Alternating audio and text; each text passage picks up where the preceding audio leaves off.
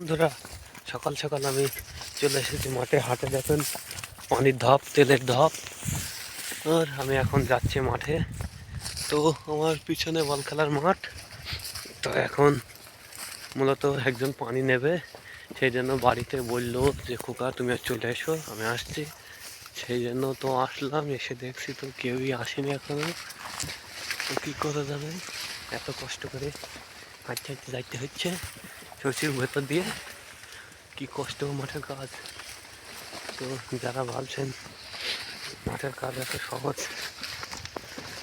তাদের উদ্দেশ্যে বলি, নিজের অবস্থান থেকে মনে হয় সব কাজই সহজ, কিন্তু কাছে আসলে বোঝা যায় কত কঠিন।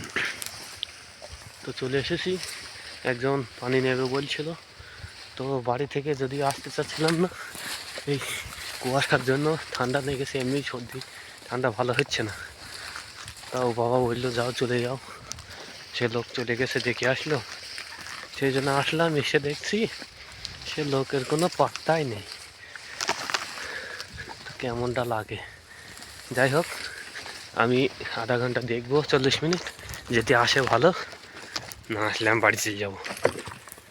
ও আমি তো কাউরের জন্য বসে থাকতে পারবো না। তো এই জমিতে আমি বেশ কিছুদিন আগে ছেক দিয়ে গিয়েছিলাম। তো আজকে ফের এসেছি একজনকে জল দিতে। এই তো মেশিন। তো কি বলবো, শীতের সকাল এখন। দাঁড়াও, টুপিটা খুলে নিই, তারপরে ভিডিও করছি। এত পরিমাণে ঠান্ডা লাগছে যে ভিতরে আরেকটা গেঞ্জি পরা আছে, তারপরে ভিতরে গেঞ্জি। বুঝুন তাহলে কতটা ঠান্ডা। তো যাই হোক, ভিডিওটি এত কষ্ট করে ভিডিও করলাম।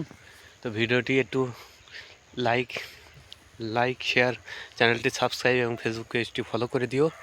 আমি আসবো সময়ে সময়ে মাঝে মধ্যে ভিডিও নিয়ে।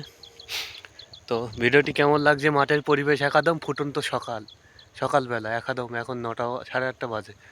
কেমন লাগছে অবশ্যই কমেন্ট করে জানাও।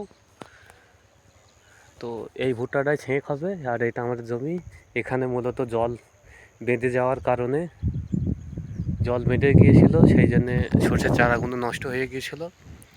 তো সকালের আবহাওয়া যদিও ঠান্ডা, এখন শীতকাল, ঠান্ডা তো লাগবেই, এটাই স্বাভাবিক। তো বন্ধুরা, ভিডিওটি আজকের মতো এ পর্যন্তই ছিল। তো আসছি আমি, সে লোককে পানি পানি কখন নেবে, কোন টাইমে আসবে, সব কিছু বিস্তারিত পরের ভিডিওতে আমি আলোচনা করছি। হ্যাঁ।